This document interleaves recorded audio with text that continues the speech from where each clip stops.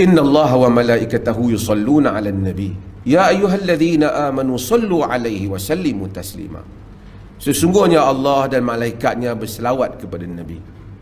Wahai orang-orang yang beriman, hendaklah kamu berselawat dan salam kepadanya. Allah, malaikat selawat kepada Nabi. Allah yakni Allah memberikan kurnia pada Nabi. Malaikat yakni mendoa pada Allah. Macam mana mereka selawat pada Nabi? Sahabat dah tanya Nabi, macam mana nak selawat pada Nabi? Nabi dah bagi tahu. Sebut Allahumma salli ala Muhammad wa ala ali Muhammad. Kama sallaita ala Ibrahim wa ala ali Ibrahim. Wa barik ala Muhammad wa ala ali Muhammad. Kama barakta ala Ibrahim wa ala ali Ibrahim fil alamin innaka Hamidun Majid. Hal ini Nabi ajar para sahabat. Kalau orang tanya selawat apa yang paling afdal, inilah selawat yang paling afdal.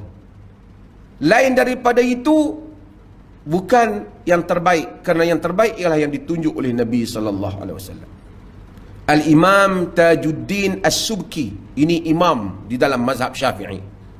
Dia tulis kitab penting Tabaqatus Syafi'iyah. Semua tingkatan-tingkatan ulama-ulama mazhab Syafi'i.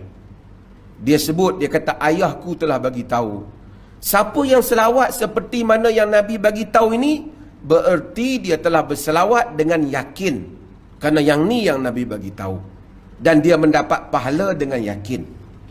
Kalau dia bawa mari selawat lain daripada yang Nabi bagi tahu, kata Al-Imam As-Subki, bererti dia bawa satu selawat yang syak, kerana yang tu tak pasti.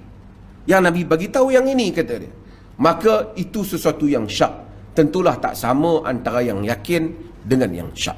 Maka sebab itu, maka kita banyakkan Allahumma salli ala Muhammad wa ala ali Muhammad.